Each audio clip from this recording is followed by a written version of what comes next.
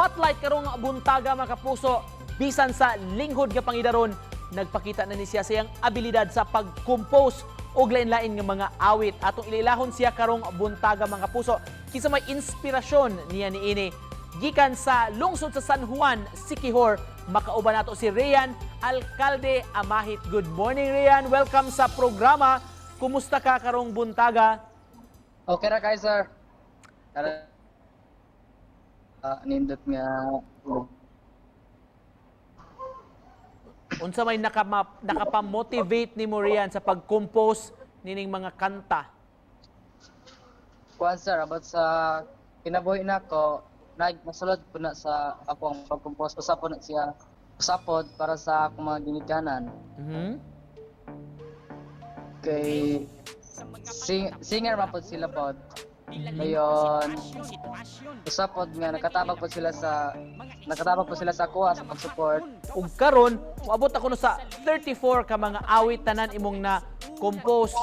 Unsa man ni gidugayon sa imong pagtagik sa usa ka kanta riyan? Moabot ba kag pila ka adlaw, semana, buwan? Mga mabot siya isa ka semana sir sa tarungan magud na pagbutang sa usapod sa beat.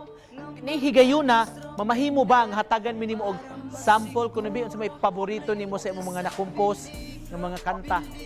Ikaw ang kalipay, di na ko magmahal.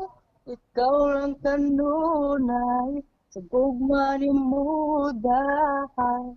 Ikaw ang pangitaon, buntagod to hapon. Akong higugmaon, ang sa kamatayon. Wow.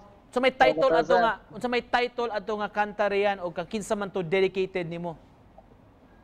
Kanunay. Unsa may gibati nimo riyan dihang miani og daghan-daghan na gyud nga mga followers, supporters kini imong mga music video, imong mga kipangbuhat nga mga awit?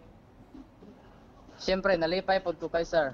Kay nakaabot po ko ng kinana nga kadagan nga followers. All right. Kung to close this una mawala atong signal.